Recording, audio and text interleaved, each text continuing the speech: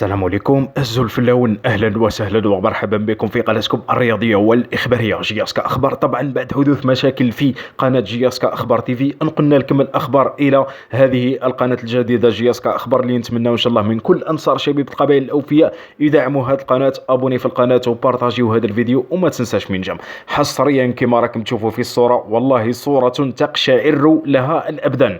توافد جماهيري قوي جدا اليوم من حافلات وسيارات انصار الزعيم، وكاين حتى طائرات يعني من جنيف من باريس من كل انحاء العالم. كم انت عظيم يا جمهور شبيبة القبائل، والله اعظم جمهور يعني صراحة على ممر التاريخ، او صراحة والله شيء تقشعر له الابدان يعني على معبر الطبول يعني في طريقهم الى تونس لمساندة الزعيم في مباراة الإياب أمام الترجي التونسي. يعني ستكون أكبر تنقل خارج الوطن، يعني أكبر تنقل خارج الوطن، والله نزوح جزائري قبائلي إلى تونس، يعني رايحين يستعمروا تونس صراحة.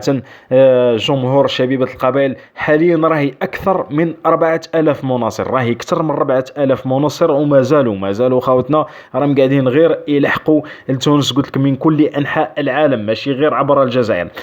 كاينين اللي ينتقلوا من جنيف، كاينين اللي من باريس، كاينين اللي من أمريكا، كاين اللي رايح لتونس باش يتفرج مباراة شبيبة القبائل.